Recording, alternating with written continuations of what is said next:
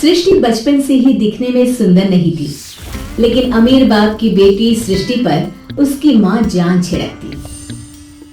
मेरी बेटी कितनी प्यारी है, भगवान सबको सृष्टि जैसी बेटी दे।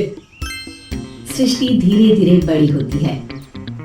एक दिन सृष्टि की सहेली कहती है, तू दिखने में कितनी अजीब सी है, लेकिन मैं जानती हूँ हम सब में सबसे अच्छी शादी तो तेरी ही होगी।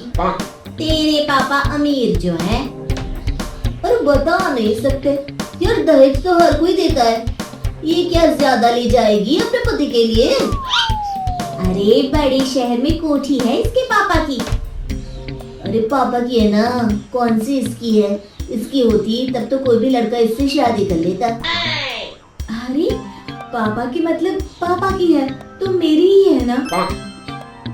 किसने कहा? अब तेरी तो तब होगी ना जब तेरा भाई ना हो। वैसे भी शादी के बाद सारी प्रॉपर्टी भाई के नाम होती है। सृष्टि समझ जाती है कि उसे किसी भी हालत में माँ बाप की सारी प्रॉपर्टी को अपने नाम करना है, लेकिन कैसे? एक दिन सृष्टि का भाई शीनू कहता है, बहन क्या कर रही है? तुझसे एक बात करनी है। अरे हाँ करना, मैं तो तेरी बहन हूँ।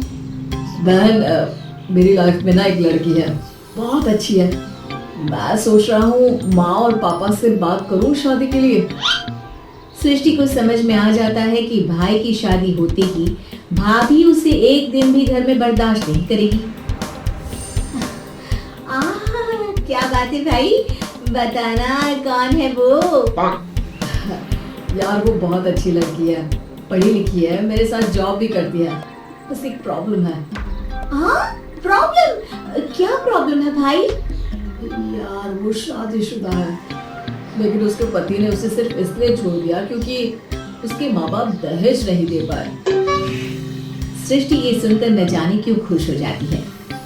अरे भाई तो क्या हुआ, लड़की तुझे तो पसंद है ना? शीनू को लगता है कि बहन उसे समझ रही है। वो इस बात से अनजान होता है कि उसकी बहन की मंशा पूरा घर हड़पने की है। सृष्टि अपनी माँ से कहती है, मम्मी मुझे तो बहुत चिंता है, पता है शीनू क्या कर रहा है? अरे क्या कर रहा है? वो तो काम पर जाता है और वापस घर आता है। नहीं ना माँ, वो यही तो नहीं कर रहा, बाकी सब कर रहा है। आपको पता है उससे प्यार है, और वो भी एक शादीशुदा लड़की से। ये क्या हो गया? मैं सोसाइटी में क्या मुंह दिखाऊंगी? अरे तेरे पापा तो यही कहेंगे कि मैंने ही उसे बिगाड़ दिया है। माँ देखो, मेरी बात मानो, पापा पर भी विश्वास करने की जरूरत नहीं है। अब आप ही बताओ, पापा इतनी देर घर के बाहर रहते हैं क्यों? बोलो। बेटा वो तो नौकरी करते हैं ना। तू बहुत भोली है माँ, पापा का ऑफिस तो 7 बजे खत्म हो जाता है, लेकिन देखो कितनी देर से आते हैं। अरे नहीं बेटा, ऐसी कोई बात नहीं है। सृष्टि माँ को एक औरत से बात करते पिता की फोटो दिखाती है। देखो माँ कैसे हैं पापा, मैं ना कहती थी कि पापा सही नहीं है। मैं तेरे पापा से बात करूंगी, दे फोटो मुझे। ओह माँ, वो तो डिलीट हो गई। लेकिन चल, तूने तो देख लिया ना, पापा से बाद में बात कर लेना, और हाँ मेरा नाम बिल्कुल मत लेना। हाँ माँ। अब क्या था, सृष्टि की माँ और पिता के बीच झगड़ा होना शुरू हो जाता है। सृष्टि के मन में क्या चल रहा था कोई नहीं जानता था। एक दिन, माँ सृष्टि के लिए एक लड़का देखा है, वो लोग शाम को उसे देखने आने वाले हैं।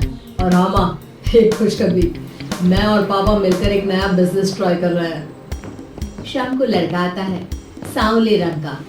सृष्टि को तो बिल्कुल भी पसंद नहीं आता। लड़की की माँ कहती है, लड़की का चेहरा तो कोई खास नहीं, लेकिन अगर मेरे बेटे को आप लोग सेटल कर दें तो मैं उसकी शादी आपकी बेटी से करवा दूं। सृष्टि को लड़का बिल्कुल पसंद नहीं था। उसे भाई पर गुस्सा आ जाता है। लड़के वालों के जाने के बाद कहती है, माँ देखा शीनू मेरे लिए कैसा लड़का लेकर आया, न दिखाने लायक न सुनने लायक, सेटल भी नहीं, वो भी हम करे। अरे माँ मैं जानती हूँ ये मेरी शादी किसी भी घर में क्यों करवाना चाहता है? अरे कैसी बात कर रही है बहन? तूने तो देखा ना, लड़के को मैंने ही मना कर दिया तुझसे शादी के लिए। जिसने लड़का बताया था उसने उसकी बहुत तारीफ की थी। बात आई गई हो जाती है, लेकिन सृष्टि का मन शांत नहीं होता। क्या करूं, कुछ समझ में नहीं आ रहा। मेरी शादी हो गई तो ये लोग पूरी प्रॉपर्टी शीनू के नाम कर देंगे। मेरे हाथ तो कुछ लगेगा ही नहीं। तभी सृष्टि को आइडिया आता है। वो किसी वकील को फोन करती है। जी देखिए, अगर आपके मम्मी पापा का तलाक हो जाता है तो आपके पिता की आधी प्रॉपर्टी आपकी माँ के नाम हो जाएगी। फिर उसे वो किसी को भी दे सकती है। सृष्टि अब माँ को बेटे के खिलाफ करती है। माँ, शीनू पर नजर रखा करो। वो जिस लड़की के प्यार में है ना, वो शादीशुदा है।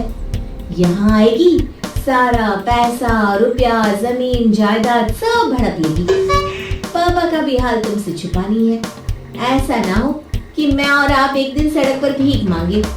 हे भगवान, मैं तो जीते जी मर जाऊंगी अगर ऐसा हो गया तो। ऐसा हो गया नहीं माँ, ऐसा ही होगा। अभी समय है, आगे का सोच लो। मैं तो कहती हूँ पापा से आधी प्रॉपर्टी लेकर अलग हो जाओ। पापा की आधी प्रॉपर्टी भी हम लोगों को अगर मिल जाती है ना, तो अगले 7 जन्म सफल समझो। बेचारी माँ बेटी के कहने पर पति से तलाक लेकर अलग हो जाती है। सृष्टि अब पैसों से गाड़ी और अपने दूसरे महंगे शौक पूरे करने लगी। उसके दोस्त भी उसके पैसे इस्तेमाल करते। सृष्टि, कल तुम कहाँ थी? मैं सारा दिन घर पर अकेली थी। तो मैं क्या करूं? मैंने ठेका तो नहीं लिया है ना तुम्हें संभालेगा। माँ को सृष्टि से ये उम्मीद नहीं थी। वो बैठकर रोने लगती है। वहीं उसका पति यानी कि सृष्टि के पिता आ जाते हैं। मैं जानता था कि तुम्हारा यही हाल होगा, तो आपने मुझे रोका क्यों नहीं? मैं रोकता तो तुम रुकती क्या? सृष्टि के कहने पर तुमने मुझ पर अपने बेटे पर शक किया, लेकिन तुम ये भूल गई कि कैसे हम दोनों ने मिलकर जीवन में इतना सब खड़ा किया। माँ पति के गले लग जाती है। मुझे माफ कर दीजिए, मैंने आपकी कमाई का एक बड़ा हिस्सा गवा दिया। कोई बात नहीं, तुम साथ हो तो मैं ऐसी 7 प्रॉपर्टी खड़ी कर दूंगा। तभी वहां सृष्टि आ जाती है रोते हुए। माँ, मयंक ने मुझे छोड़ दिया। वो बोल रहा था जब तक मेरे पास पैसे थे तब तक ही वो मेरे साथ था। पापा, माँ, मुझे माफ कर दीजिए।